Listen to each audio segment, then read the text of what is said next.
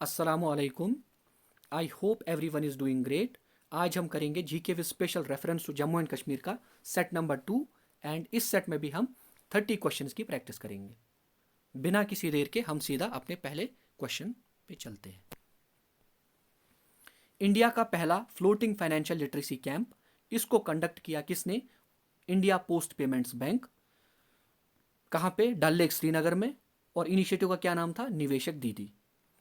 Question आपसे यह पूछ रहा है कि इंडिया में अभी के टाइम पे कितने पेमेंट बैंक हैं? 6, 12, 5 या 3? इस क्वेश्चन का करेक्ट आंसर क्या है? 6। इंडिया में अभी के टाइम पे 6 पेमेंट्स बैंक हैं। और जो पहला पेमेंट्स बैंक था उसका नाम है Airtel Airtel payments bank. Airtel payments bank Airtel payments bank ये बना था इन द ईयर 2016 एंड इसके हेडक्वार्टर कहाँ पे है? न्यू दिल्ली।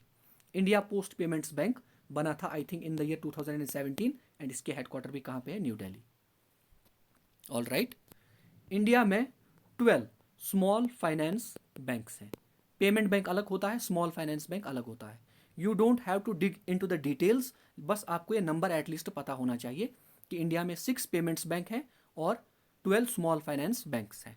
पहला स्मॉल फाइनेंस बैंक इंडिया का capital small finance bank. First small finance bank of India is capital small finance bank. ये भी बना था 2016 में एंड इसके हेडक्वार्टर कहाँ पे है? जालंधर पंजाब में। जालंधर पंजाब में। इंडिया में 5 ऑल इंडिया फाइनेंशियल इंस्टीट्यूशंस हैं। इंडिया में 5 ऑल इंडिया फाइनेंशियल इंस्टीट्यूशंस हैं। उनका क्या नाम है? पहला है नाबार्ड। पहला है NABARD, national bank for agriculture and rural development. दूसरा है small industries development bank of India. Small industry development bank of India. तीसरा है नेशनल हाउसिंग बैंक। ठीक है। चौथा है export import bank of India यानी कि एग्जिम बैंक। और पांचवा है नैबफिड। पांचवा है NaBFID, national bank for financing infrastructure and development. National bank for financing infrastructure and development. NABARD बना था 1982 में। इसके हेडक्वार्टर कहाँ पे हैं? मुंबई महाराष्ट्र। एंड नाबार्ड के रिसेंटली नए हेड बने हैं और उनका नाम क्या है? उनका नाम है शाहजी। उनका नाम है शाहजी। उनका नाम है शाहजी केवी। शाहजी केवी। ठीक है। Small industry development bank of India, इसके हेडक्वार्टर है लखनऊ उत्तर प्रदेश में। यह बना था 1990 में। और सिडबी बना था, small industry development bank of India बना था 1990 में। इसके हेडक्वार्टर कहाँ पे? लखनऊ उत्तर प्रदेश। एंड सिडबी के हेड का नाम क्या है? एस रमन। एस रमन। ठीक है। Export import bank of India यानी कि एग्जिम बैंक, यानी कि EXIM bank, export import bank of India 1982 में बना था। इसके हेडक्वार्टर भी मुंबई महाराष्ट्र में है। और एग्जिम बैंक के हेड का क्या नाम है? Harsha Bangari. Harsha Bangari is the head of export import bank of India. National housing bank, national housing bank ये बना था 1988 में और इसके हेडक्वार्टर कहाँ पे है? न्यू दिल्ली में। उसके बाद बचता है NaBFID. NaBFID, national bank for financing infrastructure and development. ये बना था 2021 में। ठीक है। मैंने आपको ये बोला कि इंडिया में 5 ऑल इंडिया फाइनेंशियल इंस्टीट्यूशंस हैं। उनका क्या नाम है? उनका नाम है NABARD, SIDBI, export import bank, national housing bank and NaBFID. इन पांचों ऑल इंडिया फाइनेंशियल इंस्टीट्यूशंस को एक ही बॉडी रेगुलेट करती है और उसका नाम है रिजर्व बैंक ऑफ इंडिया। इन पांचों ऑल इंडिया फाइनेंशियल इंस्टीट्यूशंस को रेगुलेट करता है आरबीआई। एक और इंपॉर्टेंट चीज, state bank of India, HDFC bank and ICICI bank. ठीक है। इन तीनों बैंक्स को एक स्टेटस मिला हुआ है बाय गवर्नमेंट ऑफ इंडिया और वो स्टेटस क्या है? और these 3 banks are known as domestic systemically important, domestic systemically important banks. Domestic systemically important banks, या दूसरे वर्ड्स में मैं ये बोलूं कि these are lenders that are too big to fail. इन तीनों बैंक्स की मार्केट कैपिटलाइजेशन इतनी ज़्यादा है कि ये कभी ना लॉस में जाएंगे ना कभी बैंकरप्ट होंगे। अगर ये कभी लॉस में मतलब जाते हैं या कभी बैंकरप्ट होते हैं तो इंडियन इकोनॉमी को काफ़ी हार्म पहुंचेगा इसकी वजह से। इसीलिए गवर्नमेंट ने इनको क्या स्टेटस दिया हुआ है? Domestic systemically important banks. किसको? SBI, HDFC and ICICI. This is not bank related news, इतनी इंफॉर्मेशन आपको पता होनी चाहिए। ठीक है। बाकी आपकी मर्जी, if you want to skip it you can. 4 statements लिखे हुए हैं and you have to identify which statement is correct. Remember this thing, correct ढूंढना है। एक एक करके देखते हैं। Highest peak of Satpura range is सद्भावना पीक, गलत। Mandakini and Alaknanda meet at Nandprayag, गलत। Lakshadweep comes under the jurisdiction of Karnataka high court, गलत। यानी कि हमारा आंसर क्या बनता है, option D. Gujarat and West Bengal India की 2 ऐसी स्टेट्स हैं जिनके पास इंटरनेशनल बॉर्डर भी है एंड कोस्ट लाइन भी है। ठीक है, ये आपको याद रखना है। अभी मैप से भी देखेंगे और इनको थोड़ा सा एक्सप्लेन भी करने की कोशिश करते हैं। ये जो सतपुड़ा रेंज है ना, सतपुड़ा रेंज की हाईएस्ट पीक कौन सी है, धूपगढ़। सतपुड़ा रेंज की हाईएस्ट पीक कौन सी है, Dhupgarh is the highest peak of Satpura range. तो फिर ये सद्भावना पीक किस रेंज की हाईएस्ट पीक है, विंध्या रेंज की हाईएस्ट पीक है सद्भावना पीक या गुडविल पीक। ऑल राइट, एक और इंपॉर्टेंट बात, ये है नॉर्थ में विंध्या रेंज और ये है साउथ में सतपुड़ा रेंज। इन दोनों माउंटेन्स के बीच में से एक रिवर फ्लो करता है, उस रिवर का नाम है नर्मदा। यानी कि Narmada flows between Vindhyas and Satpuras in a rift valley and then drains into, निकलता है अमरकंटक से मध्य प्रदेश और ड्रेन किस में होता है, गल्फ ऑफ कैम्बे में। ठीक है, नर्मदा। ईस्टर्न घाट्स, इसकी हाईएस्ट पीक है Jhandagada, Jhandagada highest peak of Eastern Ghats, और ये कहां पे है, आंध्र प्रदेश में। वेस्टर्न घाट्स, वेस्टर्न घाट्स की हाईएस्ट पीक है अनाईमुडी, अनाईमुडी ये कहां पे है, ये है केरला में। Anaimudi is the highest peak of western Ghats and it is also the highest peak of south India.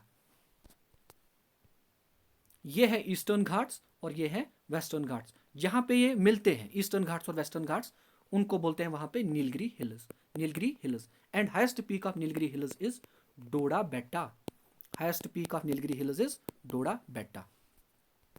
एक और माउंटेन रेंज जो इंडिया में है वो है Aravalli range and highest peak of Aravalli range is Guru Shikhar, highest peak of Aravalli range is Guru Shikhar. और गुरु शिखर कहां पे है, राजस्थान में। गुरु शिखर कहां पे है, राजस्थान में।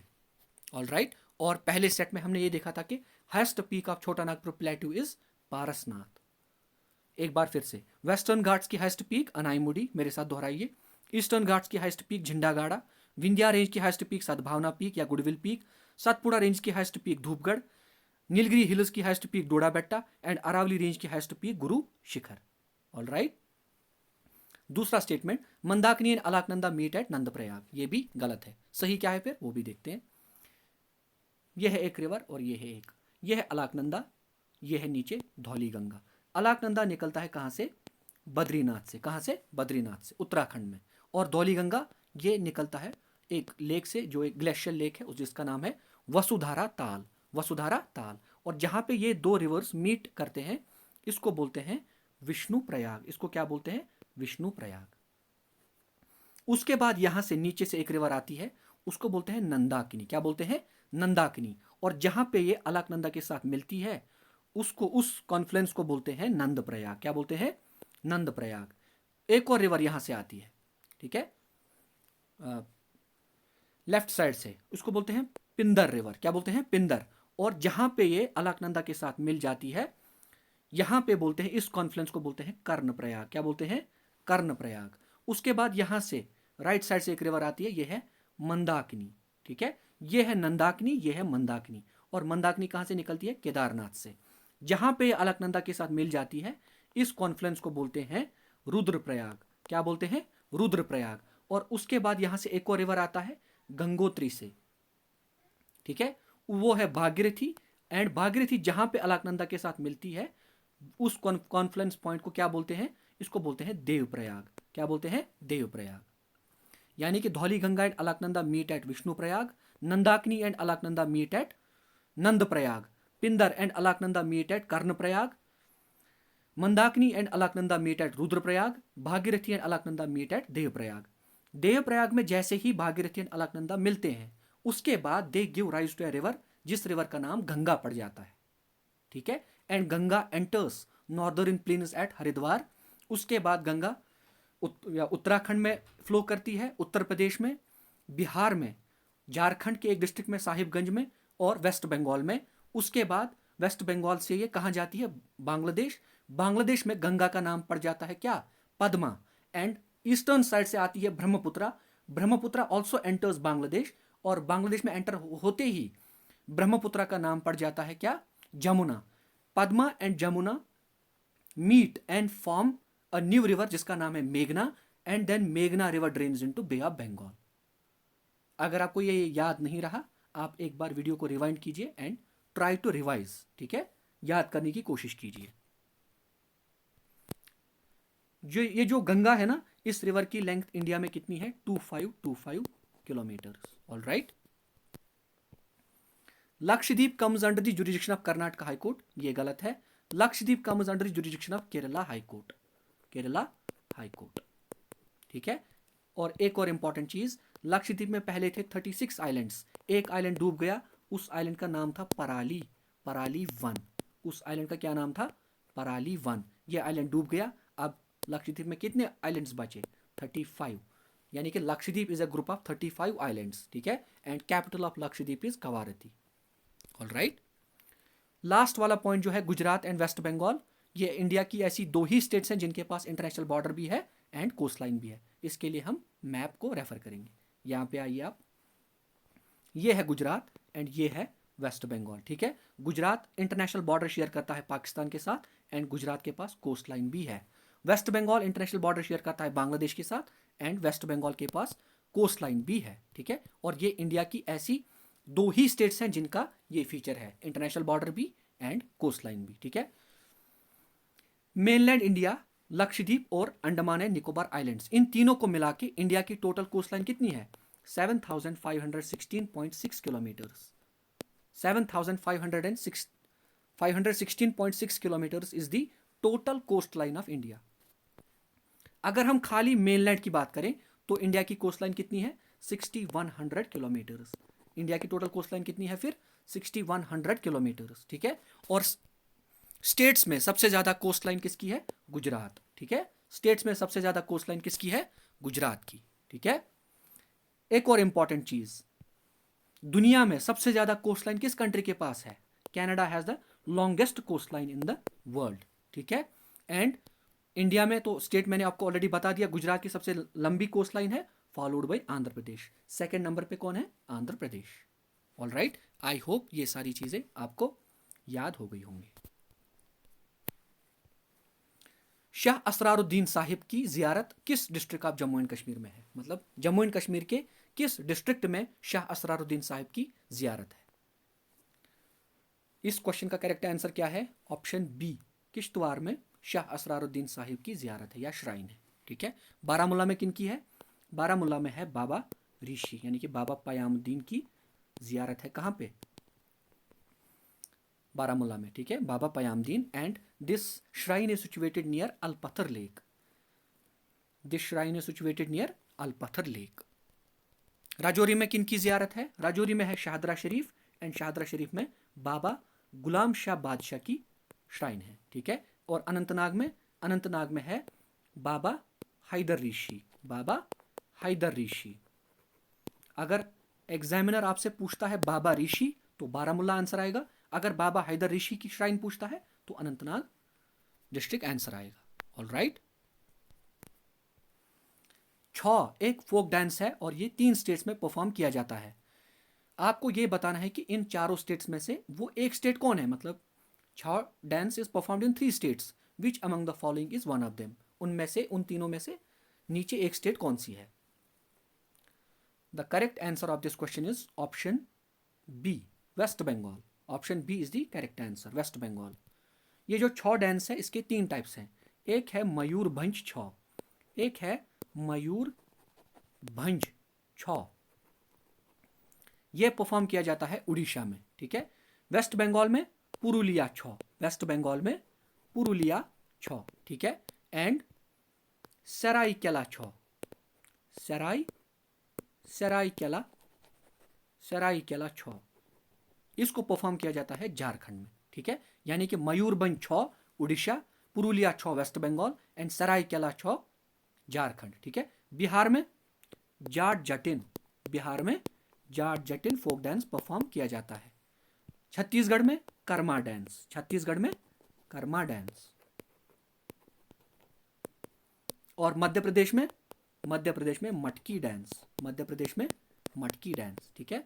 आर्ट एंड कल्चर में यही बेकार चीज़ें आपको याद करनी है, ठीक है। अगर आपको आर्ट एंड कल्चर में स्कोर करना है तो you have to remember all these nonsense things, ठीक है। इसके बगैर कोई चारा नहीं है। Jammu and Kashmir reorganisation act कब फोर्स में आया? 31 अक्टूबर 2019। आपको यह बताना है कि इंडिया में 31 अक्टूबर को कौन सा डे सेलिब्रेट किया जाता है। Correct answer of this question is option C, national unity day 31 अक्टूबर को सेलिब्रेट किया जाता है। और 31 अक्टूबर को किन की बर्थ एनिवर्सरी होती है? सरदार वल्लभ भाई Patel. He was the first home minister of India, Sardar Vallabh भाई पटेल, ठीक है। और 31 अक्टूबर को इनकी बर्थ एनिवर्सरी होती है और उसी दिन सेलिब्रेट किया जाता है इंडिया में नेशनल यूनिटी डे, यानी कि राष्ट्रीय एकता दिवस। सरदार वल्लभ भाई पटेल का स्टैचू ऑफ यूनिटी कहाँ पे है? गुजरात में। और उसकी हाइट कितनी है? 182 मीटर्स, ठीक है। उसको बोलते हैं स्टैचू ऑफ यूनिटी। और जो स्टैचू ऑफ यूनिटी के स्कल्प्टर हैं, I am not sure, but मुझे लगता है उनका नाम है राम सुतर। राम सुतर। एक बार आप इसको अपने एंड से क्रॉस चेक कर लेना, I am not sure about it. जनजातीय गौरव दिवस, इसको सेलिब्रेट किया गया 15 नवंबर। इसी साल पहली बार जनजातीय गौरव दिवस को सेलिब्रेट किया गया, ठीक है। इसको बोलते हैं ट्राइबल प्राइड डे और जनजातीय गौरव दिवस। ट्राइबल प्राइड डे और जनजातीय गौरव दिवस।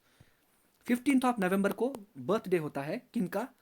एक ट्राइबल फ्रीडम फाइटर रहे हैं इंडिया में, उनका नाम है बिरसा मुंडा। उनका नाम क्या है? बिरसा मुंडा।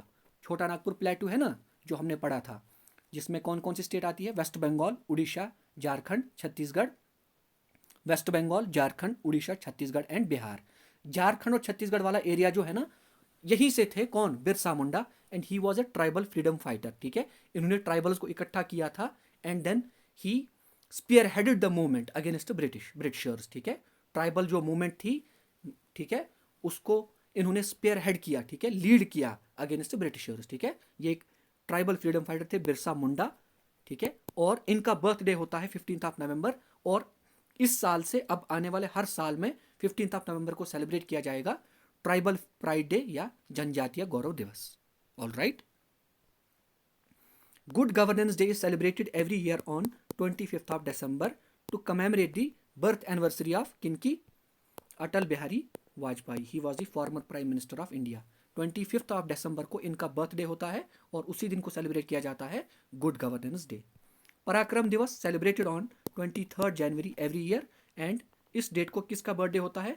सुभाष चंद्र बोस का। सुभाष चंद्र बोस का बर्थडे होता है 23 January। एंड इस डेट को सेलिब्रेट किया जाता है पराक्रम दिवस। All right. 4 रिवर गिवन है एंड आपको यह बताना है कि इन 4 रिवर्स में से कौन सा रिवर बर्ड फुट डेल्टा बनाता है? Colorado river, Volga river, Mississippi river and Rio Grande river. इस क्वेश्चन का करेक्ट आंसर क्या है? Option C, Mississippi river forms the famous bird foot delta. ये क्या है ये भी देखते हैं। ये है मिसिसिपी रिवर और जहां पे इसका माउथ है ना, जहां पे सी के साथ मिल जाता है, ठीक है, वहां पे ये बर्ड फुट डेल्टा बनाता है। बर्ड फुट डेल्टा मतलब जो बर्ड का फुट होता है ना, वो ऐसे होता है ना, तो यहां पे भी आप देखिए ये है ना बर्ड फुट के जैसा, तो इसको बोलते हैं बर्ड फुट डेल्टा।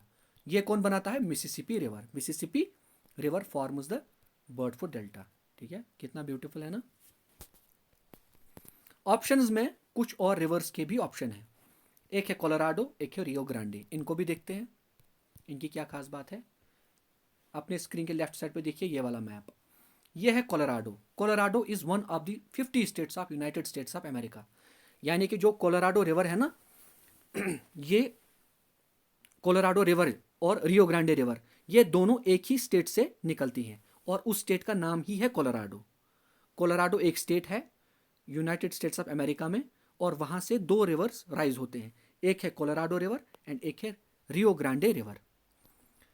ये जो रियो ग्रांडे रिवर है ना, it drains into gulf of Mexico. Colorado river drains into gulf of Mexico, sorry, Rio Grande river drains into gulf of Mexico and Colorado river drains into gulf of California. Rio Grande river drains into gulf of Mexico and Colorado river drains into gulf of California, ठीक है। एक और important चीज यहां पे आप notice कीजिए map से, ये है यूएसए और मैक्सिको का बॉर्डर, ठीक है, ये है यूएसए और मैक्सिको का बॉर्डर। और रियो ग्रांडे रिवर यहाँ से पहले ऐसे आती है और उसके बाद it flows eight the border, it flows eight the border of USA and Mexico, ठीक है। यानी कि अगर आपसे एग्जाम में पूछा जाता है विच among the following rivers flows eight the border of USA and Mexico, तो उसका क्या आंसर आएगा, रियो ग्रांडे रिवर, ठीक है। और Colorado river drains into gulf of California. Option में वोल्गा रिवर भी था, वो भी देखते हैं। ये वाला मैप देखिए, ये है Volga river and Volga river is the longest river of Europe and Russia. Russia का भी और यूरोप का भी लॉन्गेस्ट रिवर कौन सा है, Volga river. And Volga river drains into Caspian sea. Volga river किस सी में ड्रेन करता है, कैस्पियन सी में। एक और इंपॉर्टेंट रिवर धनुबे रिवर, ठीक है। धनुबे रिवर ये भी यूरोप का रिवर है, ठीक है। और this river drains into Black Sea, this river drains into Black Sea, ठीक है। वोल्गा रिवर जो है ये कैस्पियन सी में ड्रेन करता है। और कैस्पियन सी के बॉर्डर पे कौन कौन सी कंट्री है, एक है Turkmenistan, Azerbaijan, Russia, Iran and Kazakhstan. Trick याद आई, Turkmenistan, Azerbaijan, Russia, Iran and Kazakhstan, these 5 countries border Caspian Sea. और ये जो कोलोराडो रिवर है ना, ये एक बहुत ही बढ़िया चीज यूएसए में बनाती है, इसको बोलते हैं ग्रैंड कैनियन। इसको क्या बोलते हैं, grand canyon. And Colorado river forms this grand canyon. ये यहाँ पे नीचे है ना, ये कोलोराडो रिवर है एंड ये बनाता है ये ग्रैंड कैनियन, जो आप देख रहे हो ना इमेज में, इसको बोलते हैं ग्रैंड कैनियन। कौन सा रिवर बनाता है, कोलोराडो रिवर। 4 एथलीट्स के नाम दिए हुए हैं, प्लेयर्स के नाम दिए हुए हैं एंड हमें इनको इनके स्पोर्ट्स के साथ मैच करना है, ये कौन सा स्पोर्ट्स खेलते हैं उसके साथ मैच करना है। चलिए करते हैं।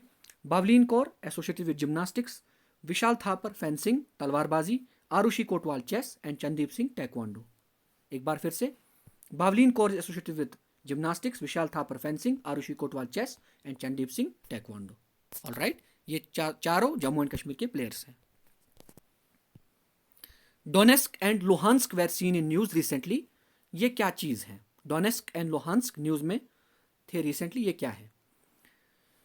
Name of 2 missions launched by NASA to study south pole of moon, 2 regions in eastern Ukraine collectively known as Donbass, 2 new variants of monkeypox virus, 2 nuclear power plants in Ukraine which are currently under the control of Russia. इस question का correct answer क्या है, option B is the right answer.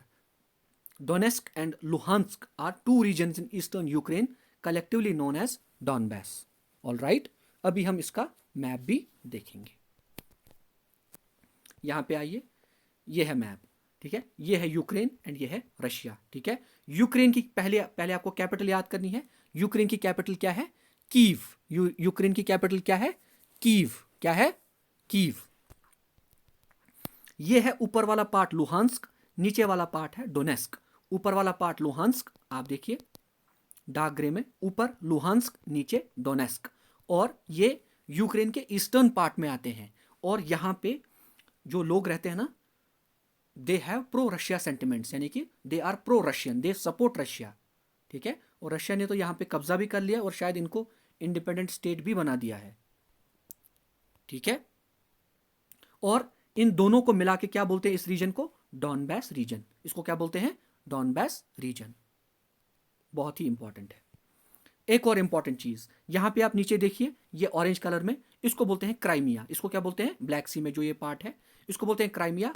2014 में Russia ने इसको अपने कब्जे में लिया था। It was before 2014 it was part of Ukraine and after 2014 Russia ने इसको कब्जा कर लिया and now it is controlled by Russia, it is controlled by Russia. एक और इंपॉर्टेंट चीज आप यहां मैप से देखिए, ये जो ब्लू कलर में है ना, ये कंट्रीज, यूरोपियन कंट्रीज, ठीक है। ये ब्लू कलर में क्यों है, यहां पे देखिए मैप में, blue colour identifies NATO allies, मतलब North Atlantic Treaty Organisation. North Atlantic Treaty organisation ये एक मिलिट्री अलायंस है, ठीक है। ये बना था in the year 1949, in the year 1949, ठीक है। इसके हेडक्वार्टर कहाँ पे है, ब्रुसेल्स, यानी कि बेल्जियम की कैपिटल है ना ब्रुसेल्स, यहाँ पे नेटो के हेडक्वार्टर्स हैं। It is a military alliance, ठीक है। मिलिट्री अलायंस का मतलब अगर आप किसी नेटो की कंट्री को अटैक करते हो, मतलब कोई कंट्री अगर अटैक करती है तो all these 30 countries will attack on you. ये 30 के 30 कंट्रीज एक साथ आप पे अटैक करेंगी, इसका मतलब होता है मिलिट्री अलायंस, ठीक है। और जो नेटो के सेक्रेटरी जनरल है ना, सेक्रेटरी जनरल, इनका नाम है जेंस स्टोल्टेनबर्ग, जेंस स्टोल्टेनबर्ग, ठीक है। और नेटो के टोटल 30 मेंबर्स हैं, 28 यूरोप की कंट्रीज हैं और 2 नॉर्थ अमेरिका की कंट्रीज हैं, एक है कनाडा और एक है यूएसए। मैंने क्या बोला, मैंने बोला there are 30 members of NATO, उसमें से 28 यूरोप यूरोप यूरोप कॉन्टिनेंट की कंट्रीज हैं, यूरोप की कंट्रीज हैं, एंड 2 नॉर्थ अमेरिका की कंट्रीज हैं, एक है कनाडा और एक है यूएसए। All right. एक और इंपॉर्टेंट चीज, ये तो हो गया नेटो। एक और मिलिट्री अलायंस है इंडिया दुनिया में, उसको बोलते हैं CSTO, collective security treaty organisation, collective security treaty organisation. ये बना था इन द ईयर 1992 एंड इसके हेडक्वार्टर है मॉस्को, जो कैपिटल है रशिया की, मॉस्को, ठीक है। ये आपको याद रखना है, collective security treaty organisation. And इसके टोटल मेंबर कितने हैं, 6। कौन कौन, आर्मीनिया, ठीक है, Kyrgyzstan, Kazakhstan, Tajikistan, Belarus and Russia. Armenia, Kyrgyzstan, Kazakhstan, Tajikistan, Belarus and Russia. Armenia की कैपिटल है येरेवान, किर्गिस्तान की कैपिटल है बिश्केक, कजाकिस्तान की कैपिटल है नूर सुल्तान, या जिसका अभी वापस में नाम चेंज हुआ है अस्ताना, और Tajikistan Dushanbe, Belarus Minsk and Russia की ऑलरेडी आपको पता है मॉस्को, ठीक है। ये आपको याद रखना है, collective security treaty organisation CSTO, ये भी एक मिलिट्री अलायंस है इन 6 कंट्रीज का। 1992 में बना था एंड इसके हेडक्वार्टर कहाँ पे है, मॉस्को, ठीक है, जो रशिया की कैपिटल है। एक और इंपॉर्टेंट चीज वो क्या है, ये जो यूक्रेन है ना, यूक्रेन के प्रेसिडेंट का नाम है वोलोदिमीर ज़ेलेंस्की, वोलोदिमीर ज़ेलेंस्की। और इनको लिबर्टी मेडल दिया किसने, liberty medal 2022 was given to Volodymyr Zelensky by USA। USA ने वोलोदिमीर ज़ेलेंस्की को क्या दिया है, लिबर्टी मेडल 2022।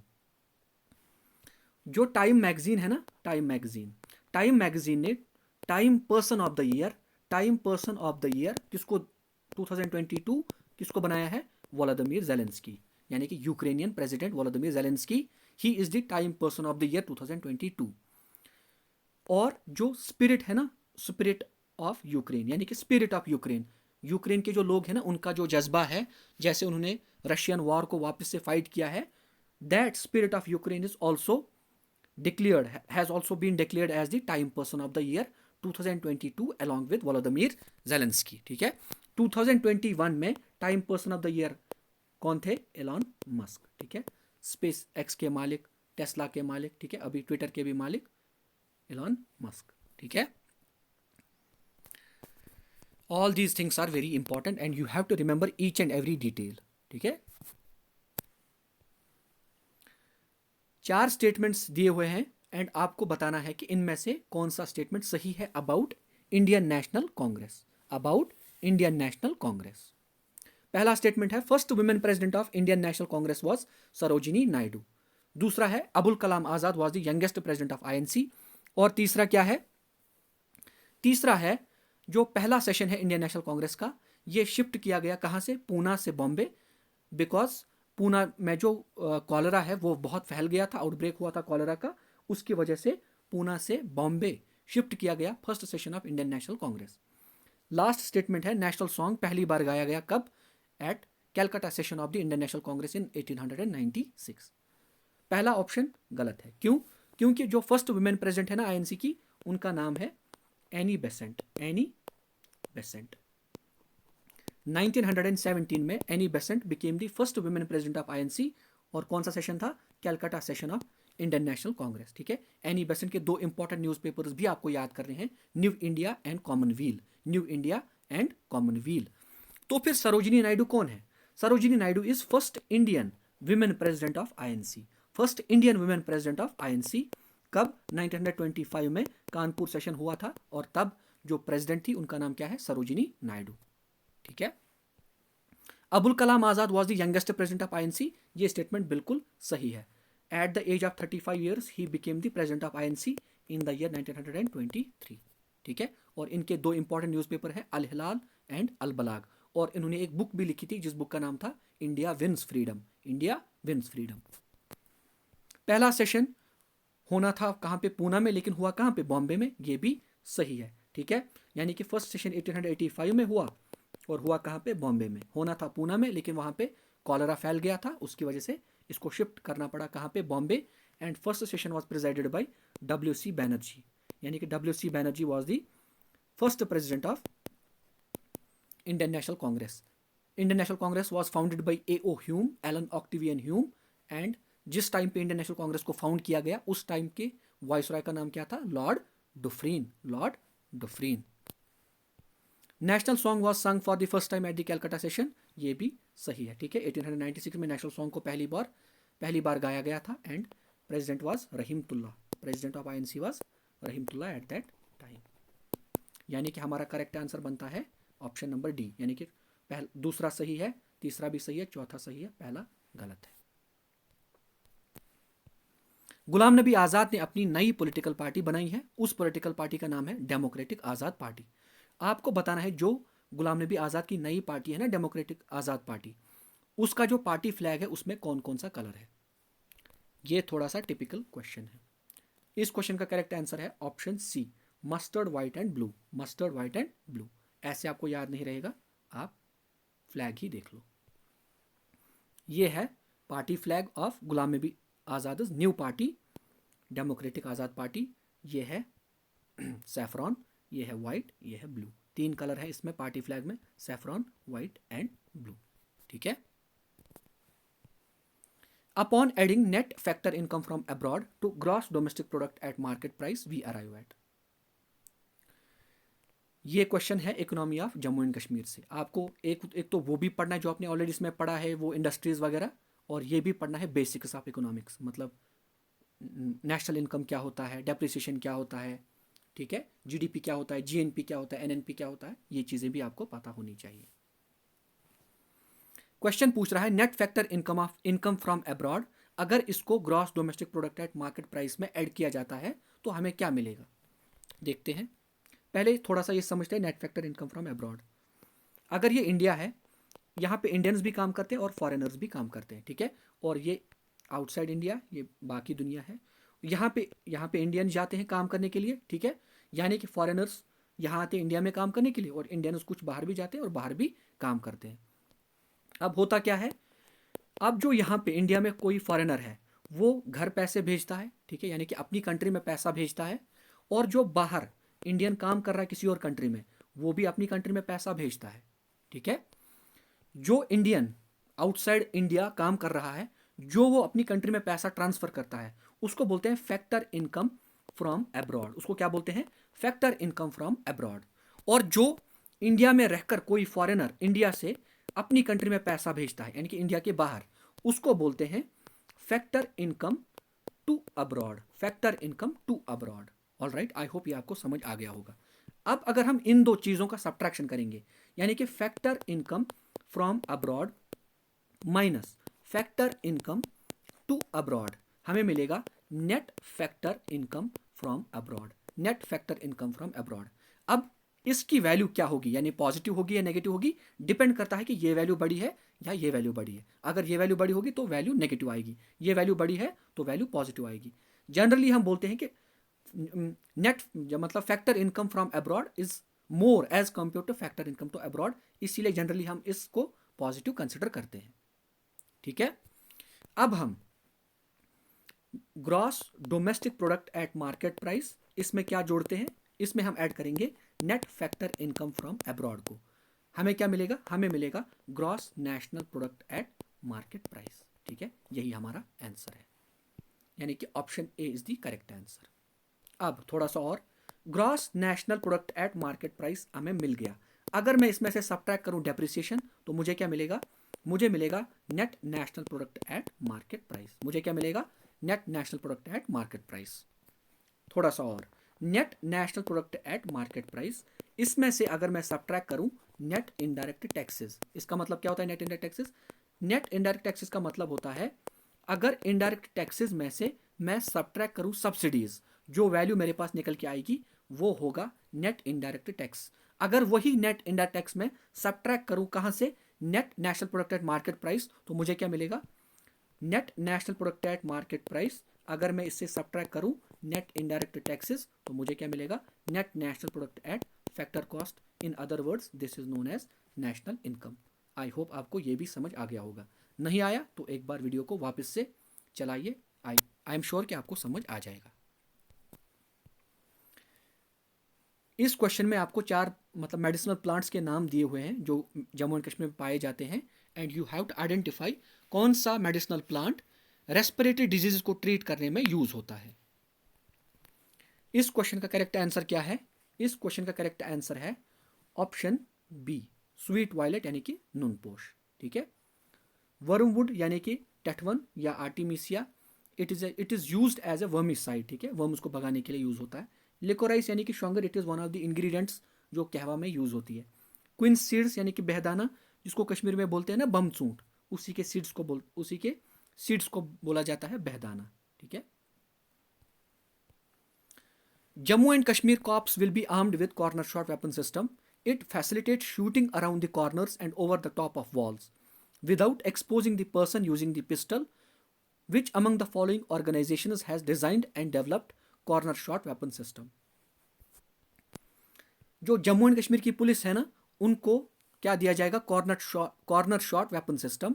ठीक है, इससे क्या फायदा होता है, एक बार आप ये इमेज देखिए, लेफ्ट साइड में ये है इमेज, ये है वॉल। ठीक है, और ये जो वेपन है ना, ये बेंड होता है एट 90 डिग्रीज। ठीक है, आप खुद को वॉल से प्रोटेक्ट भी कर सकते हो और आप एनिमी को कैमरा से देख सकते हो।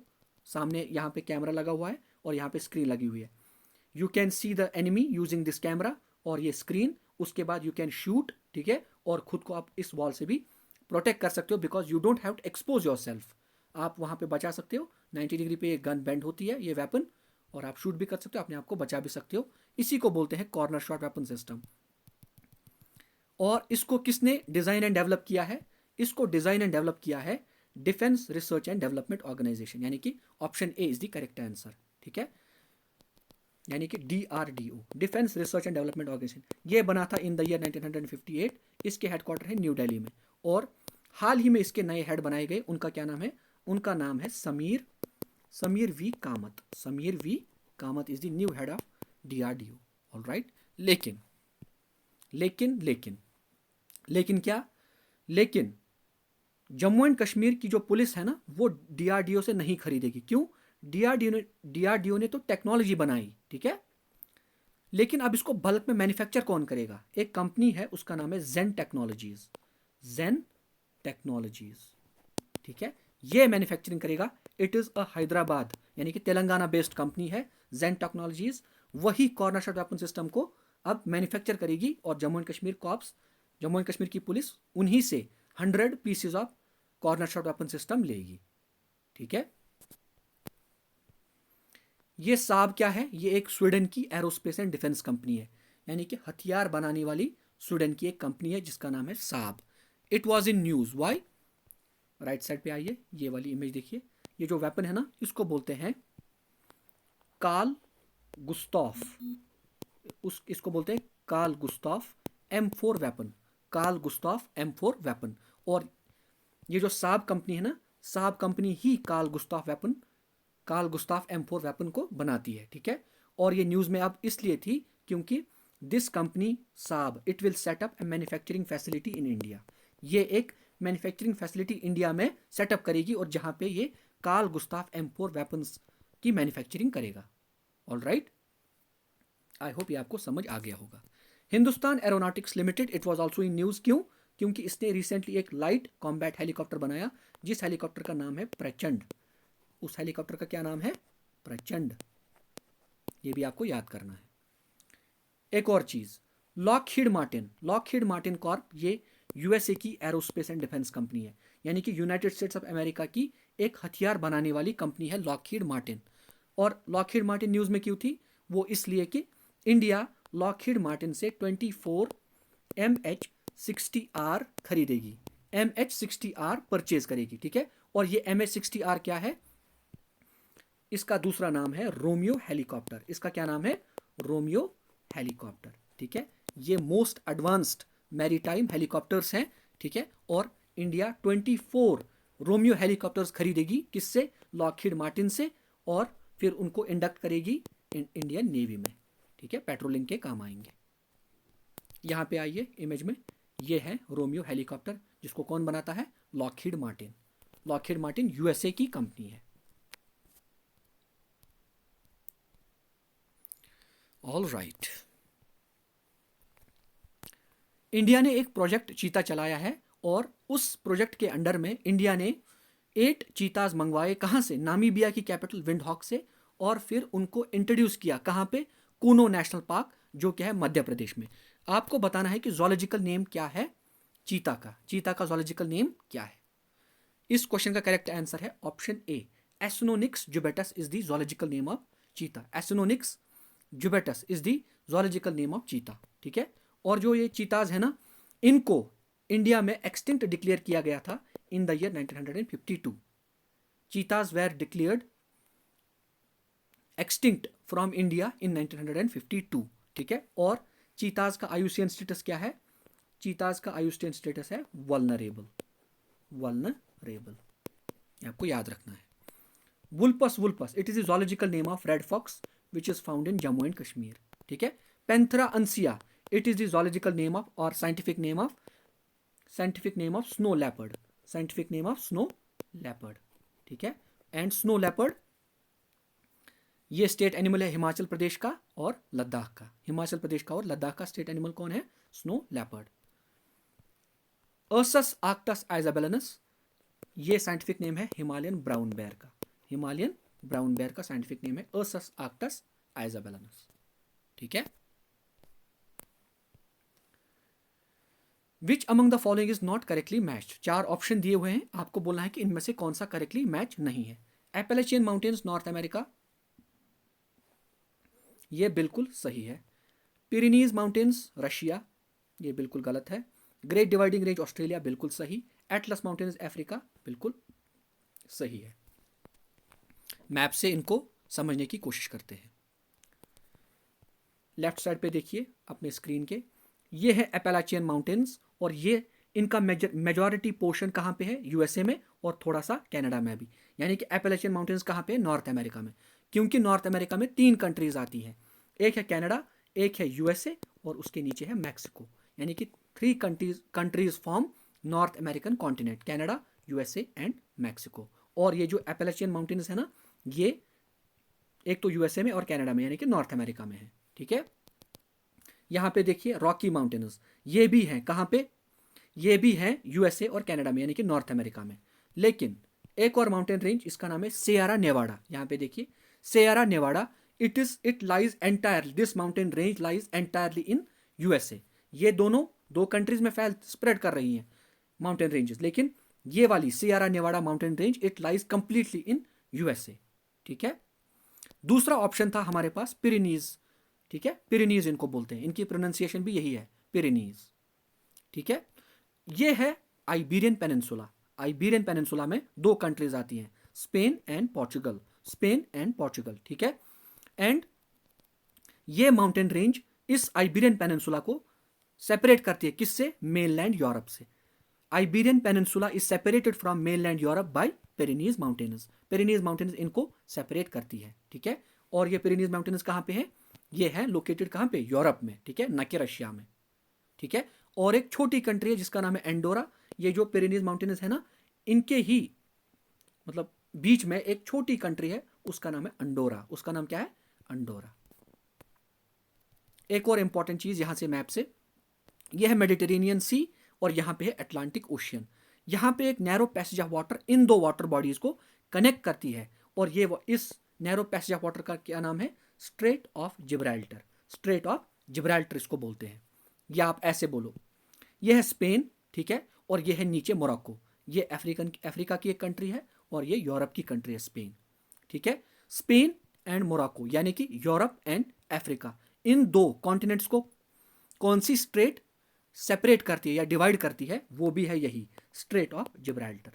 या आप बोलो कि Mediterranean sea and Atlantic ocean को स्ट्रेट ऑफ जिब्राल्टर कनेक्ट करती है, या आप बोलो स्पेन एंड मोरक्को को स्ट्रेट ऑफ जिब्राल्टर सेपरेट करती है, ठीक है। एक और इंपॉर्टेंट चीज, ये है ऑस्ट्रेलिया, ठीक है, लेफ्ट साइड की तरफ देखिए, और यहां पे है ईस्टर्न जो इसका कोस्ट है यहाँ पे है ग्रेट डिवाइडिंग रेंज, यानी कि mountain range great dividing range कहाँ पे है? ऑस्ट्रेलिया में। और कहाँ पे? ईस्टर्न कोस्ट में। ठीक है, ये है अफ्रीका का मैप। ठीक है, और अफ्रीका के ये है ईस्ट, ये है नॉर्थ, ये है साउथ, ये है वेस्ट। यानी कि अगर हम बोलेंगे अफ्रीका के नॉर्थ वेस्ट में क्या है? Atlas mountains. ठीक है, मैंने मैप इसलिए लगाए हैं बिकॉज अगर कोई चीज़, कोई फिजिकल फीचर दुनिया में हमें पढ़ना है तो we have to go through the map, ताकि हमें उस चीज़ का एग्जैक्ट आइडिया लगे कि वो चीज़ कहाँ पे लोकेटेड है। ठीक है, दिमाग में ये चीज़ छप जानी चाहिए, तभी आप एग्जाम में आंसर टिक कर पाओगे। ठीक है, ऑल राइट, ये भी हो गया। Shesara conservation reserve is located in which of the following districts of Jammu and Kashmir? Shesara conservation reserve किस डिस्ट्रिक्ट में लोकेटेड है? इस क्वेश्चन का करेक्ट आंसर क्या है? Option B, Shesara conservation reserve is located in district Rajouri. Bhagwant Mann took oath as the 17th chief minister of Punjab at Khatkar Kalan. At Khatkar Kalan, आपको बताना है कि ये जो खटखर कल्ला है ना पंजाब में, ये किस फ्रीडम फाइटर का एंसेस्ट्रल गांव है? ये किस फ्रीडम फाइटर का एंसेस्ट्रल विलेज है? Option A Lala Lajpat Rai, option B Bhagat Singh, option C Sardar Vallabh भाई Patel and option D Udham Singh. इस क्वेश्चन का करेक्ट आंसर क्या है? ऑप्शन बी, भगत सिंह का ये एंसेस्ट्रल विलेज है खटखर कल्ला, जहां पे भगवंत मान ने ओथ ली। ठीक है, भगत सिंह के बारे में हमने सेट 1 में ऑलरेडी पढ़ा था। क्या पढ़ा था? कि 23 मार्च 1931 में भगत सिंह, राजगुरु एंड सुखदेव, इनको फांसी दे दी गई थी under Lahore conspiracy case, under Lahore conspiracy case. And 23 March is celebrated as Shaheed Diwas in India. And Bhagat Singh को क्या बोला जाता है? शहीद आजम। और इन्होंने एक बुक लिखी थी जिसका नाम क्या है? Why I am atheist, why I am atheist. ठीक है, लाला लाजपत राय, ये जो लाल बाल पाल है ना, एक्सट्रीमिस्ट ट्रायो, उसमें ये जो लाल है ना, यही है लाला लाजपत राय, ये है बाल गंगाधर तिलक एंड ये है बिपिन चंद्र पाल। ठीक है, इनको बोलते थे एक्सट्रीमिस्ट ट्रायो, लाला लाजपत राय, बाल गंगाधर तिलक एंड बिपिन चंद्र पाल। और इनको प्यार से पंजाब केसरी भी बुलाते थे। ठीक है, सरदार वल्लभ भाई पटेल, इनको सरदार टाइटल मिला आफ्टर 1928 बारदोली सत्याग्रह। ठीक है, बारदोली गुजरात में एक जगह है, अनजस्ट टैक्सेस लगते थे वहां पे। उसके बाद सरदार वल्लभ भाई पटेल ही लेड ए प्रोटेस्ट। ठीक है, और जो गांव की औरतें हैं ना बारदोली की, उन्होंने ही वल्लभ भाई पटेल को टाइटल दिया था। क्या टाइटल दिया था? सरदार। क्या टाइटल दिया था? सरदार। ठीक है, ये आपको याद रखना है। और सरदार वल्लभ भाई पटेल को बोलते हैं आयरन मैन ऑफ इंडिया या बिस्मार्क ऑफ इंडिया। ठीक है, उधम सिंह ही मर्डर्ड 1940 में, इन्होंने किसको मार दिया? Michael O'Dwyer, Michael O'Dwyer. ठीक है, जेरल्ड डायर नहीं, जेरल्ड डायर उससे पहले ही मर गया था, जिसने शूटिंग की वो उससे पहले ही मर गया था। उधम सिंह ने किसको मारा? Michael O'Dwyer. और ये माइकल ओडवायर कौन था? ही was the governor of Punjab at the time of Jallianwala Bagh massacre. Firing करवाई किसने? जेरल्ड डायर ने, जो जलियांवाला बाग के अंदर था, जिसने ऑर्डर दिया। लेकिन गवर्नर ऑफ पंजाब था माइकल ओडवायर, और उधम सिंह ने किसको मारा? माइकल ओडवायर को, ना कि जेरल्ड डायर को। ठीक है, अगर किसी को मिसकॉन्सेप्शन है तो प्लीज वो क्लियर कर दे। All right, which among the following states और union territories has the highest number of expressways in India? सबसे ज्यादा एक्सप्रेसवेज किस स्टेट में है? Option A Uttar Pradesh, option B New Delhi, option C Gujarat या ऑप्शन डी महाराष्ट्र। इस क्वेश्चन का करेक्ट आंसर क्या है? इस क्वेश्चन का करेक्ट आंसर है ऑप्शन ए उत्तर प्रदेश। इस क्वेश्चन का करेक्ट आंसर क्या है? ऑप्शन ए उत्तर प्रदेश। उत्तर प्रदेश में 13 एक्सप्रेसवेज है। उत्तर प्रदेश में 13 एक्सप्रेसवेज हैं। एक दो मैं बता देता हूं जो न्यूज में है।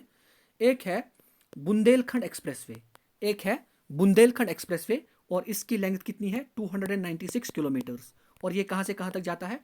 ये जाता है इटावा, इटावा से चित्रकूट, इटावा से चित्रकूट, इटावा से चित्रकूट बुंदेलखंड एक्सप्रेसवे। ठीक है, एक है पूर्वांचल एक्सप्रेसवे, एक है पूर्वांचल एक्सप्रेसवे, इसकी लेंथ है ऑलमोस्ट 340 किलोमीटर्स, और ये जाता है लखनऊ से गाजीपुर, लखनऊ से गाजीपुर। ये दो डिस्ट्रिक्ट्स हैं कहाँ पे? उत्तर प्रदेश में। एक और इंपॉर्टेंट एक्सप्रेसवे जिसका नाम है गंगा एक्सप्रेसवे, गंगा एक्सप्रेसवे, ये भी उत्तर प्रदेश में है, और ये जाता है मेरठ से प्रयागराज, यानी कि मेरठ से इलाहाबाद, मेरठ से प्रयागराज जाता है गंगा एक्सप्रेसवे। ठीक है, ये तीनों चीजें आपको याद रखनी है because these 3 expressways were in news. ठीक है, Kadiri Lepakshi 1812 is a variety of which of the following crops. Kadiri Lepakshi एक जेनेटिकली मॉडिफाइड वैरायटी है किस क्रॉप की? व्हीट, ग्राउंडनट, मस्टर्ड और राइस। इस क्वेश्चन का करेक्ट आंसर है ऑप्शन बी, ग्राउंडनट। ठीक है, Kadiri Lepakshi is a genetically modified variety of groundnut. ठीक है, एक दो और चीजें मैं इसमें बताना चाहूंगा आपको। एक है DMH11। DMH11 it is also genetically modified crop, और ये किसकी वैरायटी है? मस्टर्ड की। DMH11 is a genetically modified crop and it is a variety of mustard. इसकी फुल फॉर्म क्या बनती है? धारा मस्टर्ड हाइब्रिड। धारा मस्टर्ड हाइब्रिड 11। धारा मस्टर्ड हाइब्रिड 11। एक और इंपॉर्टेंट चीज, पूसा नरेंद्र, ये सारी मैं आपको न्यूज बता रहा हूं। पूसा नरेंद्र काला नमक, पूसा नरेंद्र काला नमक 1638, ये क्या है? अगर ये एग्जाम में आता, अगर मैं आपको नहीं बताता, आप ब्लैक सॉल्ट टिक करके आते शायद। भाइयों, पूसा नरेंद्र काला नमक 1638 is a genetically modified variety of rice, is a genetically modified variety of rice। एक और इंपॉर्टेंट चीज, पूसा नरेंद्र काला नमक 1652, यानी कि एक है पूसा नरेंद्र काला नमक 1638, एक और है Pusa Narendra Kala Namak 1652 and both of these crops are genetically modified crops. और किसकी वैरायटीज है? राइस की। ऑलराइट, आई होप आपको ये भी समझ आ गया होगा। और जब हमने क्रॉप्स ऑफ जे के पढ़ा था, वहां पे मैंने आपको ट्रिक सिखाई थी, how to remember kharif and rabi crops. Kharif crop की ट्रिक क्या थी? राइस, कॉर्न एंड शुगर खा के ग्राउंड पे कॉटन का बिस्तर बिछा के सोया एंड आराम मिला। ठीक है, राइस, कॉर्न यानी कि maize, sugarcane, groundnut, cotton, soybean, arhar and millets, all of these are kharif crops. ठीक है, एक और ट्रिक राबी के लिए, WBC यानी कि वाइट ब्लड सेल्स अगर लो हैं तो 50 ग्राम मस्टर्ड का जूस पियो और पोटैटो खाओ। This trick doesn't make any sense but it is a thumb rule to remember rabi crops. ठीक है, wheat, barley, chickpea, linseed, oats, gram, mustard and potato। wheat, barley, chickpea, linseed, oats, gram, mustard and potato, all of these are rabi crops। और Z crops, pumpkin, watermelon, muskmelon, bitter gourd and cucumber। pumpkin, watermelon, muskmelon, bitter gourd and cucumber। ठीक है, ये Z crops है।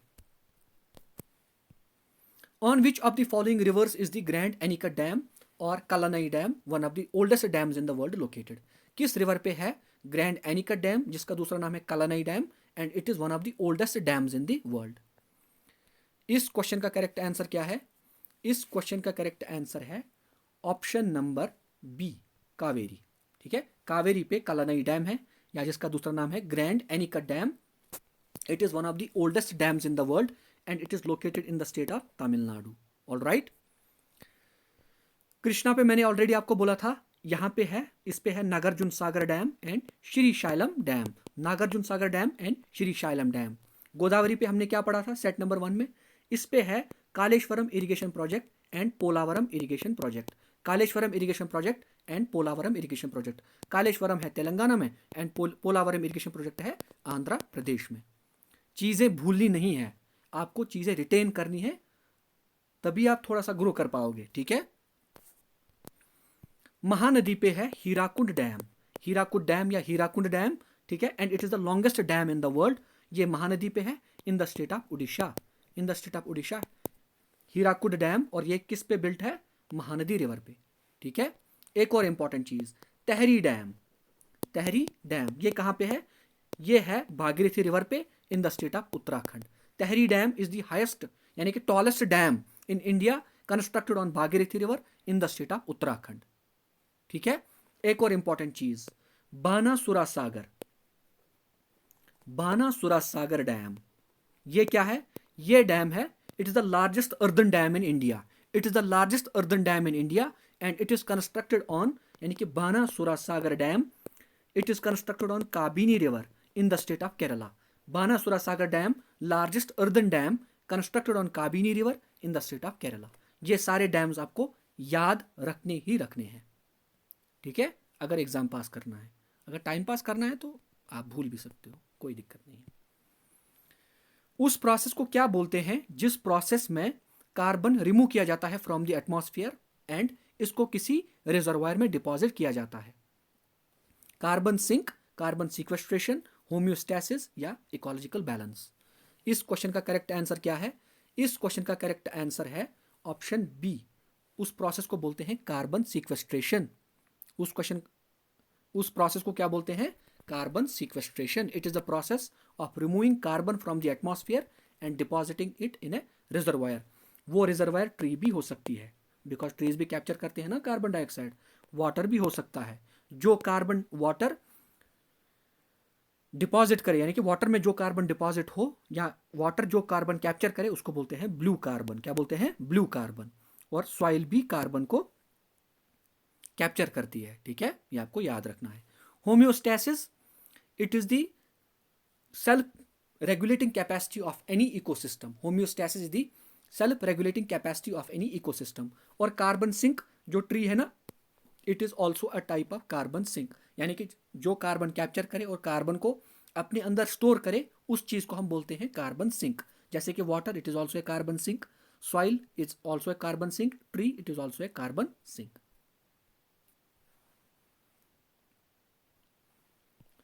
Longest serving Maharaja of Jammu and Kashmir was.